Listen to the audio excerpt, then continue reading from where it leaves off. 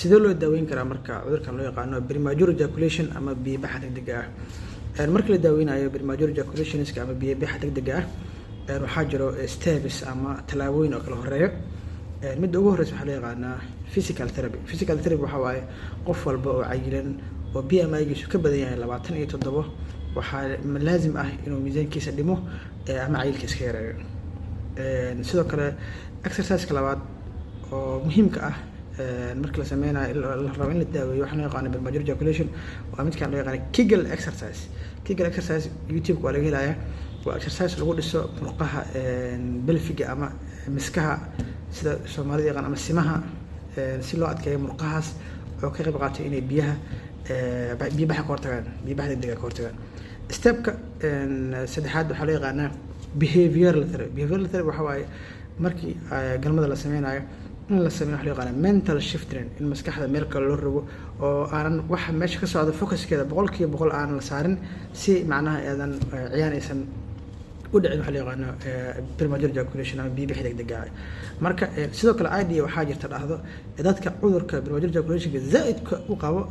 waxa u fiican inta aysan sameeyeen galmada ka hor inay sameeyaan waxa loo yaqaan hand ejaculation oo inay gacanta biyo iska soo saaraan biyaha koobaad dan ay sameeyaan second phase oo ah inay bilaabaan waxay ka yareynayaan marka sensationka qaybtaas hore ee glands-ka ama afka hore ee peniska inay noqoto mid less sensitive ah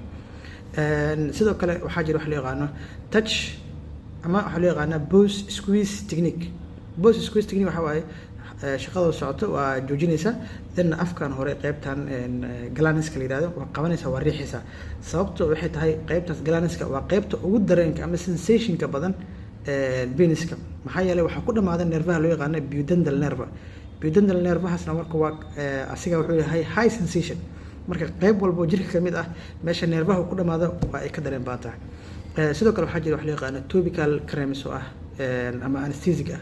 oo la mariyo glands-ka ama afkaas hore laakiin waxaa ku jiro daawooyinkan kawaabooyinka qofka waxay ku keenayaan waxa la yaqaan delayed ejaculation oo ah inuu muddo badan ku qaato inay ka yimaadaan marka waxaa jira daawooyin kale oo kiimiyada oo loo yaqaan SSRI